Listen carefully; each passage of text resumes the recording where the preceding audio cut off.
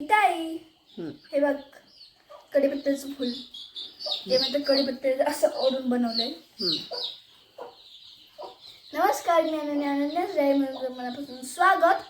आणि मी तुम्हाला अलकाईच्या नवनवीन रेसिपीज तुम्हाला माझ्या व्हिडिओमधून दाखवतेच. आणि आता पावसाळा सुरू झालाय, तर पावसाळ्यात आपल्याला जास्त भाज्या काही मिळत नाहीत, म्हणून आपण डाळ भाजीसोबत काय खाऊ शकतो तर ती म्हणजे चटणी. आणि चटण्यांचे भरपूर प्रकार असतात. तर आता त्या चटण्यांमधला एक प्रकार म्हणजे कढीपत्त्याची चटणी. चला तर मग आपण कढीपत्त्याची चटणी बनवूया.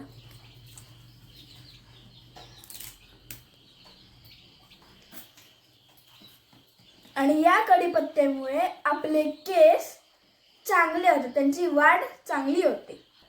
असाच जर हा कढीपत्ता तुम्ही डाळीत टाकलात, भाजीत टाकलात तर मी तो खात नाही, मला नाही आवडत तो. पण त्या चटणीतनं तुम्ही आरामात खाऊ शकेन, कारण त्याच्यात त्याची चवच लावणार नाही. चला तर मग बनवूया.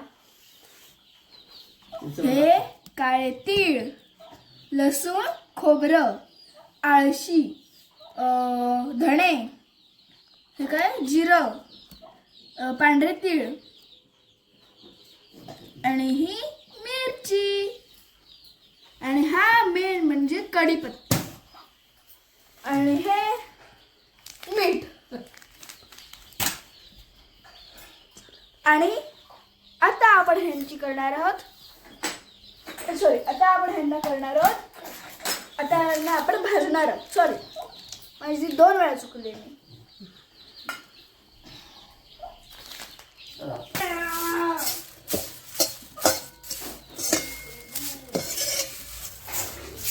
हा माठ कशाला ठेवलेला इकडे? तो गरम आहे ठेवलाय, लय उबाळला.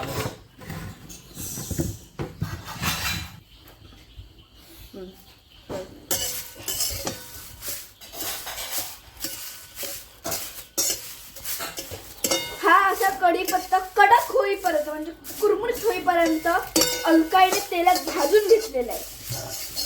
भाजतीये. हा भाजते.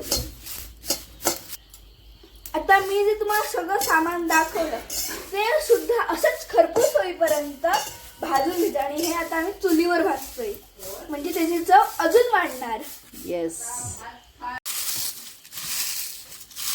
कुरुम कुरुम कुरुम कुरुम झाला आता, कुरुम कुरुम.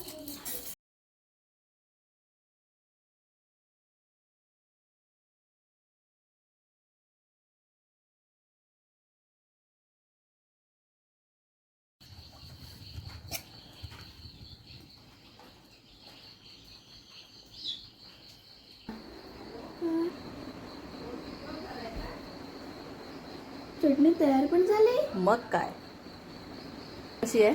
मस्त आहे, छान आहे ना? चटणी खूप सुंदर झाली. तुम्ही पण अशी करून बघा हा, आणि कमेंट करून नक्की सांगा.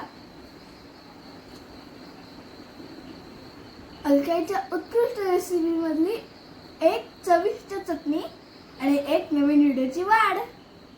बाय.